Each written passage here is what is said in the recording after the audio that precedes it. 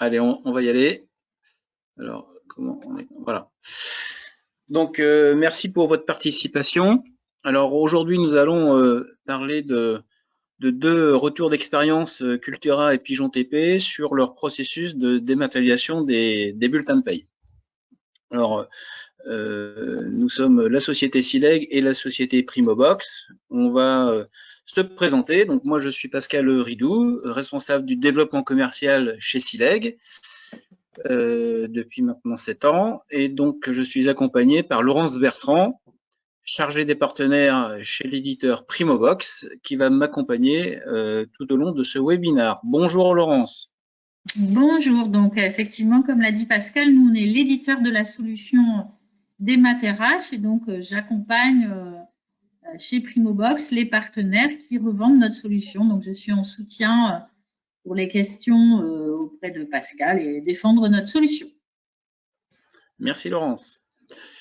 Alors quelques informations concernant Sileg pour ceux qui nous connaissent, il n'y a pas de souci. Pour ceux qui ne nous connaissent pas, simplement Sileg est un intégrateur de solutions de dématérialisation. Nous sommes basés sur Nantes.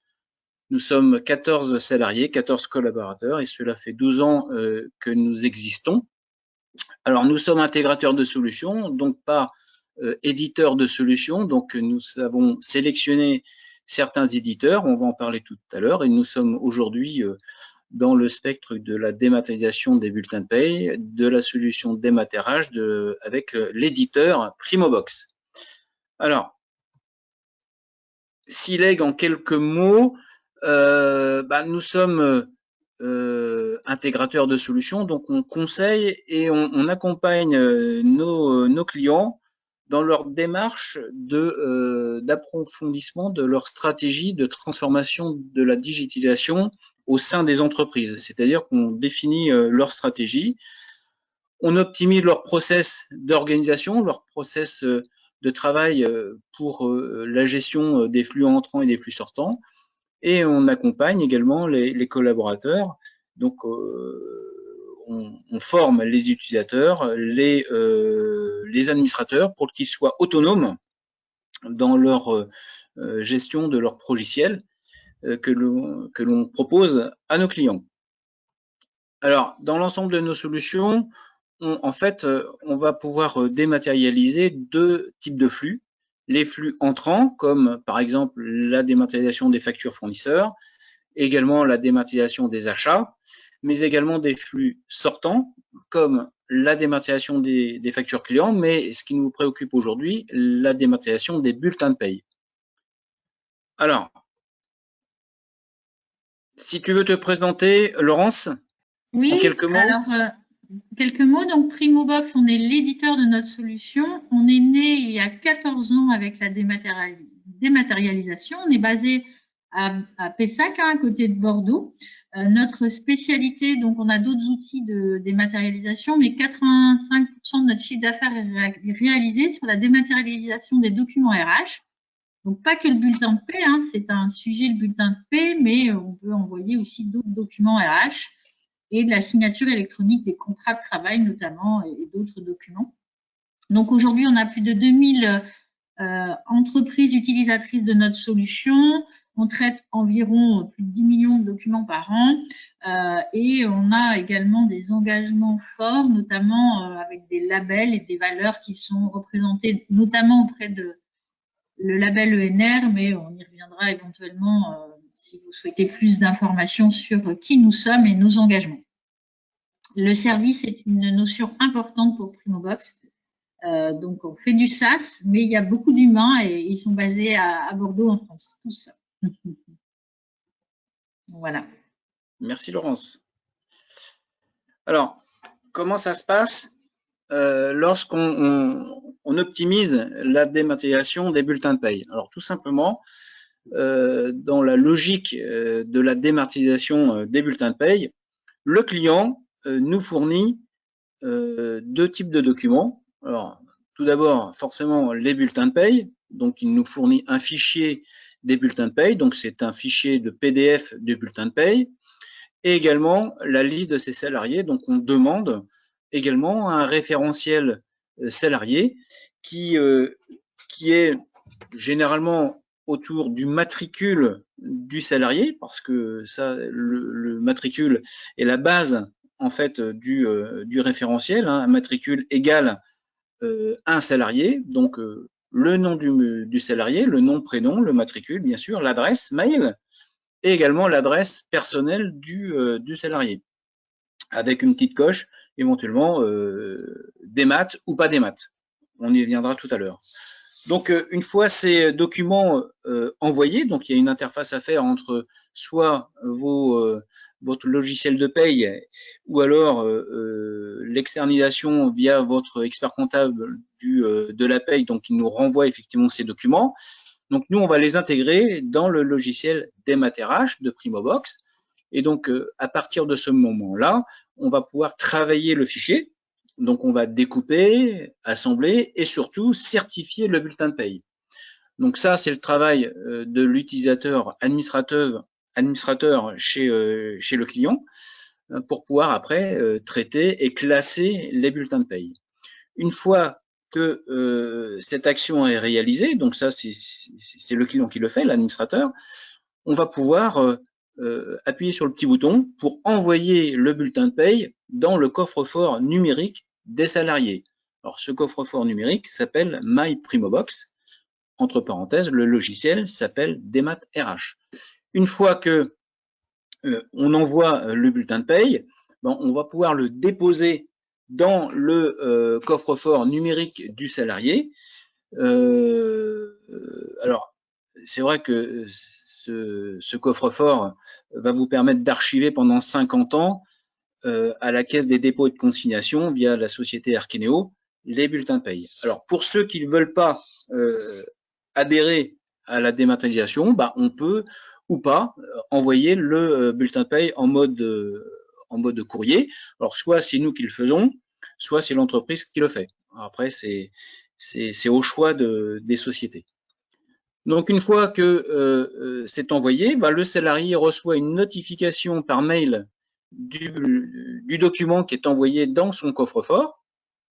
Donc, alors, chose importante également dans cette solution qui est 100% SaaS, c'est que la solution est disponible sur smartphone, bien évidemment, et sur tablette, parce que tout le monde n'est peut-être pas équipé d'un ordinateur à la maison. Donc, on peut recevoir les bulletins paye dans une application propre à Primobox, à DMAT-RH, MyPrimobox, pour qu'ils puissent se connecter. Donc, les bulletins de paye sont conservés 50 ans dans le SaaS de Primobox ou alors à l'âge de 75 ans du salarié. Alors, c'est vrai que les bulletins de paye, généralement, ne sont pas très gourmands en taille. Et donc, le salarié a jusqu'à 1 giga de données disponibles dans son espace coffre-fort, à savoir que il peut sauvegarder bien évidemment les bulletins de paye, hein, qui est la base effectivement du projet, mais également d'autres documents. Donc, on peut très bien imaginer que on peut sauvegarder par exemple des bulletins de scolaire de ses enfants, des factures EDF, ça peut être l'acte notarié d'une vente ou d'un achat d'un bien, par exemple. Donc, et ça jusqu'à hauteur de 1 giga. Alors, une question qui revient souvent également, c'est si je quitte la société, qu'est-ce qui se passe? Est-ce que le coffre-fort est comment dire, arrêté? Ben non. Chez Primobox, tant que vous existez, le coffre-fort existe. Donc, forcément, il ne sera pas alimenté par la société, par l'action des bulletins de paye, mais le collaborateur aura toujours ses identifiants pour pouvoir se connecter et avoir ce coffre-fort. Alors, Laurence, une petite indication également sur le support salarié. Est-ce que tu peux nous en parler? Oui, donc c'est une grosse valeur de Primobox. Donc le support, comme je le disais tout à l'heure, est fait en France par des salariés habilités de chez Primobox. Et je vous invite à aller vérifier les satisfactions des salariés donc, qui se connectent et qui demandent un support, une question. Hein, la principale, c'est j'ai perdu mon mot de passe ou j'ai pas mon identifiant. Et donc, on répond donc sous 48, enfin, moins de 48 heures ouvrées. Et les salariés sont très satisfaits et c'est une de nos grosses valeurs car si vous choisissez une solution où les salariés ne peuvent pas récupérer leur bulletin de paie quand ils le souhaitent et qu'ils sont devant un banquier, eh bien, on va venir voir le service RH et dire, moi, je reviens à l'ancienne formule papier. Donc, on attache beaucoup, beaucoup d'importance sur cette satisfaction des salariés qui sollicitent notre support. Ça, c'est un de nos points forts et je vous invite à aller vérifier. Hein, c'est indépendant de Primobox, on demande de noter, hein, comme on vous demande à vous de noter quand vous avez fait un achat, là, c'est quand vous avez sollicité notre support. Voilà. Ok, alors il y a une chose que j'ai oublié de dire, c'est que l'espace est en lien avec le compte personnel d'activité. Hein, ça, c'est une chose que j'ai oublié de vous le dire, mais bon, ça, il faut le prendre également en compte. Alors, quel type de documents peut-on dématérialiser? Alors, on a deux types de documents. Les documents nominatifs, propres aux salariés, donc c'est bien évidemment le bulletin de paye, mais on peut également dématérialiser d'autres documents que les bulletins de paye, qui sont des documents nominatifs, comme par exemple des relevés de heures. Ça peut être des avenants de contrat, par exemple propres aux salariés. Hein, il y a une évolution effectivement de son contrat de travail, donc on peut très bien déposer dans son coffre-fort son avenant, des documents de fin de contrat également. Mais on peut également envoyer des documents non nominatifs. Non nominatifs, c'est simplement par exemple des informations sur la mutuelle, des informations de type compte rendu de réunion, le règlement intérieur parce qu'il a été modifié à cause du Covid. Le Covid a été effectivement des notions de documents complémentaires parce que le confinement a nécessité effectivement des documents supplémentaires. Donc tous ces documents sont envoyés soit joints avec le bulletin de paye, soit envoyés directement dans le coffre-fort numérique du salarié. Donc on a deux types de documents, les documents nominatifs et les documents non nominatifs. Alors, c'est clair que l'envoi d'un bulletin de paye de façon numérique va bouleverser effectivement la tendance et la conduite du changement auprès des salariés, mais surtout va bénéficier à l'entreprise d'un ROI immédiat. Alors, c'est vrai que financièrement, on va passer en moyenne avec un bulletin de paye à 50 centimes à peu près, par rapport à en mode papier, où là, ça va vous coûter à peu près entre 1 euro et 2,50 €, parce qu'il faut payer effectivement l'enveloppe, le timbre, le papier, etc. Et donc, là, il y a un gros gain, effectivement, immédiat d'économie sur le traitement des bulletins de paye. Mais également, il n'y a pas que ça. Là aussi, il y a d'autres informations complémentaires qui va vous permettre d'améliorer effectivement la satisfaction auprès de vos salariés, d'une part, parce que on a de la réactivité d'envoi des bulletins de paye. Ça renforce également la marque employeur, ça donne une sorte de modernité à l'entreprise. Donc c'est une image dynamique pour dire que on est dématérialisé en termes des bulletins de paye, donc ça c'est important. Et surtout pour l'équipe RH, il y a un gain de temps très important du traitement des bulletins de paye, parce que aujourd'hui tout dépend du volume que vous avez en termes de bulletins de paye à gérer, mais entre 200 et 500 bulletins de paye, il faut compter grosso modo une demi-journée pour traiter les bulletins de paye. Là, allez, en une demi-heure, une heure, tout est traité. Donc là, il y a vraiment un gain important du traitement des bulletins de paye et ce ROI est immédiat. Alors, il faut compter, alors bien sûr, j'ai pas noté dans les 50 centimes en moyenne sur la dématérialisation, une sorte de start-up de connexion pour pouvoir développer effectivement les interfaces. Bon, c'est pas grand-chose, mais en moyenne, le bulletin de paye oscille entre 50 centimes et 1 euro en coût de traitement.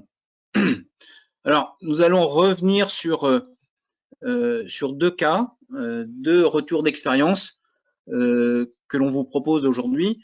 C'est le retour d'expérience de la société Pigeon et de la société Cultura. Alors, Cultura, ça sera présenté par Laurence.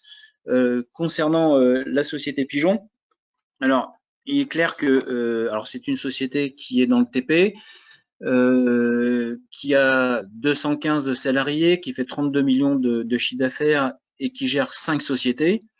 Mais en fin de compte, la problématique du groupe Pigeon, c'était qu'il perdait beaucoup trop de temps à gérer l'envoi des bulletins de paye. Alors ça, c'était le moteur, effectivement, le déclic pour pouvoir accéder à une solution de dématérialisation. Grosso modo, il mettait à peu près une demi-journée à mettre sous pli, à envoyer les bulletins de paye. Donc il y a un gros temps de perdu dans des tâches très chronophages et sans valeur ajoutée pour traiter les bulletins de paye. Alors il y avait un autre facteur chez le groupe Pigeon, c'était le temps entre l'envoi du virement bancaire du salaire à l'envoi du bulletin de paye. Alors là, il y avait un traitement très disparate, je dirais, du délai entre le virement et le bulletin de paye. Donc, ça pouvait aller à plus d'une semaine. Et ce qui amenait effectivement des coups de téléphone intempestifs auprès de la RH pour dire bah, attendez, j'ai eu mon virement, mais j'ai pas eu mon bulletin de paye parce que j'ai un rendez-vous chez le banquier et il faut mon dernier bulletin de paye. Comment ça se fait que je l'ai pas? Donc, il y avait un retour d'information auprès du service RH qui était pas entendable en fait. Donc, bah, ils ont décidé de challenger effectivement quelques éditeurs et donc bah, ils ont choisi la solution Primobox qui est une solution très facile à mettre en place. En un mois, on a fait le projet. L'ensemble des salariés est très satisfait. Grosso modo, on est sur à peu près 70% d'adhésion à la forme numérique. Donc, il reste encore un peu de travail à faire d'accompagnement des salariés. Alors, c'est vrai que il faut mettre en place de la conduite du changement en interne pour accélérer la mise en place effectivement des bulletins de paye. Donc, il y aura toujours de la réticence. Ça, c'est indéniable. Des gens qui voudront encore du papier, mais avec la formule numérique, c'est vrai qu'il y a un gain de temps pour le salarié, mais il y a un gain de temps également pour la société qui va pouvoir avoir l'ensemble de ces documents, mais de façon très, très rapide et d'accélérer effectivement le traitement des bulletins de paye. Laurence? Alors, je vais effectivement, on va vous présenter Cultura. On n'a pas présenté Anaïs qui est à mes côtés aujourd'hui, qui est responsable du service marketing au service partenaire et qui a eu la chance en fait de réaliser ce qu'on appelle chez nous un témoignage client. Et donc, moi, ce n'est pas un de mes clients, donc elle va vous en parler beaucoup mieux du retour d'expérience donc de Cultura qui est assez connu du salarié lambda. Voilà. À toi, Anaïs. Alors, Cultura, donc on a encore été chez nos voisins, donc là, ils sont à Mérignac, à côté de Bordeaux. Donc, c'est un client qu'on a depuis bientôt 6 ans. Donc, Cultura, c'est un réseau de distribution de biens culturels et de loisirs créatifs, donc je pense que tout le monde connaît. Ils ont 92 magasins en France et ils emploient plus de 4000 collaborateurs. Donc, chez Cultura, la principale source de frustration pour les RH, c'était le délai entre l'émission du bulletin de paye et la réception par le salarié. Donc, chez Cultura, il y avait une mise sous pli, sous courrier en fait, au siège. Puis, les bulletins de paie sont envoyés dans chaque magasin et le directeur remet de la main à la main le bulletin de paie à ses équipes. Donc, entre le délai d'envoi du siège au magasin, entre le moment où le directeur récupère les documents et si jamais un salarié n'est pas là quelques jours, il avait jusqu'à 10 jours de délai de réception du bulletin de paie papier. Donc, ça générait beaucoup de demandes pour les RH. Comme l'a dit Pascal, c'était pareil chez Pigeon. J'ai besoin de mon bulletin de paie, où est-ce qu'il est? Je comprends pas, j'ai pas le bon montant sur ma paye, mais je peux pas voir le détail sur mon bulletin. Donc, le chef de projet SIRH de Cultura s'est penché sur la question. Et en un mois, on a déployé les 92 magasins grâce en fait à une connexion entre notre outil et l'outil SIRH de Cultura. Donc, un web service qui nous permet de nous brancher sur la solution et de limiter les manipulations pour le client. Donc aujourd'hui, on a 95% de ces 4000 collaborateurs qui adhèrent au bulletin de paie électronique. Donc ça a vraiment amélioré la satisfaction des salariés puisqu'en temps réel, ils reçoivent leur virement et leur bulletin. Côté RH, on a aussi gagné pas mal de temps puisqu'il n'y a plus besoin de gérer tous ces colisages et ces envois, les pertes de courrier, etc. Et en fait, maintenant, à partir du moment où ils importent le fichier de paye dans la solution, en 10 minutes, on a traité les 4000 bulletins de tous les salariés de Cultura. Donc, un vrai gain de temps, une satisfaction salariée et surtout un déploiement très rapide qui a vraiment fait que Cultura est très satisfait de la solution Démat.RH. D'accord. Alors juste une petite information concernant vos clients. Hein, vous avez à peu près combien de clients Primobox? Bah, comme je l'ai dit en amont de la présentation, on a plus de 2000 sociétés utilisatrices. On dit couramment qu'on a un demi-million de coffres ouverts aujourd'hui, un peu plus même. On a atteint les 600 000 il y a 2 mois. Voilà. 600 000 coffres. Vous n'avez pas. Donc, on est un des bons challengers et de ce marché-là. Et surtout, ce qu'il faut retenir, c'est qu'on est basé en France et conforme à la réglementation donc qui encadre la dématérialisation du bulletin de paie, qui est le décret M-Khomri, qui a été mis en place en 2017. Donc, on est un acteur phare sur ce marché-là. Alors, juste une petite information également sur le retour d'expérience de la société Pigeon. Donc, la société Pigeon fait partie d'un groupe de 2000 collaborateurs, une société qui est basée un peu plus dans l'ouest de la France. Donc, le site pilote a été la société Pigeon TP SIF Île-de-France. Et donc, le site pilote a tellement bien marché que la société mère souhaite mettre en place effectivement pour toutes les autres sociétés. Il y a 40 sociétés Primobox pour tout le groupe. Donc là aussi, ça fait partie de l'expérience qui s'est très bien passée avec Pigeon parce que la solution Primobox est une solution simple, facile à mettre en place. Comme vous, Pigeon a été mis en place en un mois. Cultura, c'est pareil. À peu près toutes les sociétés qui sont équipées de la solution Démat.RH, généralement, grosso modo, on met à peu près un mois pour mettre en place la solution. Alors, c'est vrai que sur une gestion de projet de ce type, comme Cultura ou alors Pigeon, donc on fait d'abord un kick-off de lancement de la solution pour bien planter le décor, on va dire. Et après, on va travailler avec l'entreprise pour les intégrations de données, des bulletins de paye et du référentiel. Et après, tout simplement, on va passer à la phase paramétrage et après, bien sûr, envoi. Et tout ceci en 5 semaines. Généralement, ça se fait en 5 semaines avec un petit comité de pilotage pour vérifier que tout se passe bien. Voilà, donc c'est assez simple. Alors, il y a une chose qu'il faut rajouter également, c'est qu'il faut quand même communiquer un mois avant la mise en place d'un outil de dématérialisation des bulletins de paye, un mois avant pour avertir les salariés que la société va passer en dématérialisation des bulletins de paye. Donc, il faut communiquer avec votre CSE pour annoncer effectivement la bonne nouvelle à vos salariés, comme quoi ça sera dématérialisé dans un coffre-fort numérique. Voilà, donc ça c'est la petite obligation légale. Voilà. Je rajoute que cette communication est inclue. Nous vous proposons des supports qui ont été faits justement pour mettre les termes réglementaires. Donc, il y a un kit de communication et on assiste le service RH donc à communiquer auprès de ses salariés et aussi sur comment j'ouvre mon espace MyPrimobox auprès des salariés. Voilà. Donc, tout ça est prévu, bien sûr, et dans le package de mise en service. OK. Alors, on va peut-être procéder aux questions-réponses parce qu'il y a effectivement quelques questions. Alors, je prends la première question qui nous vient effectivement des personnes connectées. Alors, la première question, y a-t-il des obligations légales à mettre en place en interne?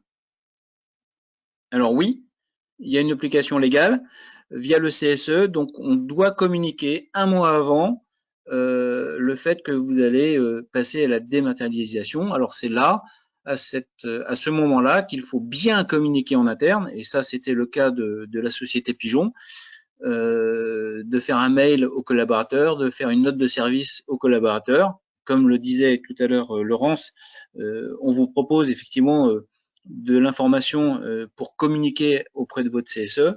afin d'aller vers la dématérialisation. Donc, je dirais que faut pas trop laisser le choix aux collaborateurs. Faut plutôt aller dans ce sens-là pour éviter d'envoyer du papier, hein, des bulletins de paye en mode courrier. Voilà la première question. La deuxième question, combien de jours faut-il pour mettre en place le projet? Alors, on a un peu répondu à la question. Grosso modo, il faut mettre... Alors, il y a un mois de communication en amont du projet pur, et sur le projet en lui-même, il faut compter un mois. Un mois, c'est ce qu'on disait tout à l'heure. Donc, un kick-off, hein, une petite réunion de lancement pour avec l'administrateur RH et le consultant SILEG afin de bien parler du projet. Une fois que ce kick-off est réalisé, on fait des workshops en fait. Hein. Il y a 2-3 workshops, des ateliers en fait, hein, pour paramétrer les sociétés, hein, si vous êtes en multi-société, paramétrer effectivement les comptes utilisateurs, les comptes salariés, vérifier, faire des tests, bien évidemment, hein, sur des salariés tests, afin de voir si tout se passe bien. Et puis après, tout simplement, on vous assiste au premier envoi. Ça, c'est important, hein, parce qu'on a toujours peur d'appuyer sur le bouton pour la première fois. Donc, on vous assiste, hein, on le fait en doublon. Et puis après, vous êtes parti dans le train-train quotidien, hein, des envois. Donc, bien sûr, il y a une maintenance également. Hein, vous nous appelez hein, si vous voulez rajouter un document, comme on l'a dit tout à l'heure, non nominatif au bulletin de paye, vous vous rappelez plus comment ça se passe, on vous assiste, hein, ça fait partie de la maintenance. SILEG, bien évidemment. Donc, grosso modo, il faut compter un mois. Voilà, et ce qu'il faut retenir, hein, c'est que c'est très simple à mettre en place. Côté RH, vous avez très peu de travail à réaliser. C'est pas comme quand on installe un nouvel outil de paye, hein, parce que nous, on traite du document. Et donc, côté RH, la formation des utilisateurs sur la plateforme des MatRH dure moins de 2 heures. Hein. C'est très simple, très intuitif. Encore une fois, on ne fait que traiter le document et notre valeur ajoutée est de juridiquement, effectivement, signer ce document, dire que c'est un original et de l'envoyer dans un espace sécurisé numérique conforme à la réglementation et donc il y a une lisibilité et une validité de stockage pendant ces 50 ans de vie professionnelle du salarié et à ses 75 ans. Voilà. Effectivement, ça faisait partie et tu as répondu très bien, Laurence, d'une question. Hein. Une formation est-elle prévue pour la prise en main de la solution? Effectivement, tu as répondu. Donc, il y a une formation. Alors, il y a 2 types de formations, en fait. Je complète, Laurence. Une formation administrateur, donc la personne qui va gérer les bulletins de paye dans l'entreprise. Donc là, allez, c'est 2 heures, hein, c'est pas énorme. Et après, éventuellement, on peut faire une formation des utilisateurs, mais généralement, on la fait pas parce qu'elle est faite soit en interne, mais comme c'est très très simple, hein, c'est la même chose que lorsque vous téléchargez une application dans Google Play, il n'y a pas besoin de formation. Là, c'est la même chose. Hein, l'application est dans Google Play, vous la téléchargez et c'est intuitif. Donc, je dirais, il n'y a pas de formation pour les utilisateurs. Alors, bien évidemment, si les utilisateurs le souhaitent, en interne, c'est plutôt la société qui va former ses utilisateurs. Mais bon, la formation est comprise dans le projet, hein, c'est grosso modo 2 heures. Donc c'est très simple. Alors une autre question. Alors comment peut-on être sûr que chacun a bien reçu son bulletin de paye et pas celui du collaborateur, d'un autre collègue? Tout simplement, on fait un focus sur le numéro de matricule du salarié. Et donc, généralement, dans les sociétés, à 100% même, je dirais, un numéro de matricule égale un salarié. Voilà. Donc, il faut bien rentrer cette information dans le logiciel. Donc, soit via votre application paye, hein, votre logiciel de paye, soit par l'intermédiaire d'une société externalisée comme l'expert comptable ou d'une autre société qui nous ramène effectivement le numéro de matricule du salarié. Donc, on ne peut pas se tromper.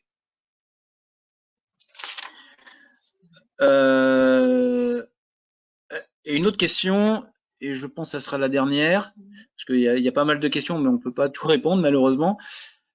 Comment faire lorsqu'il y a des intérimaires?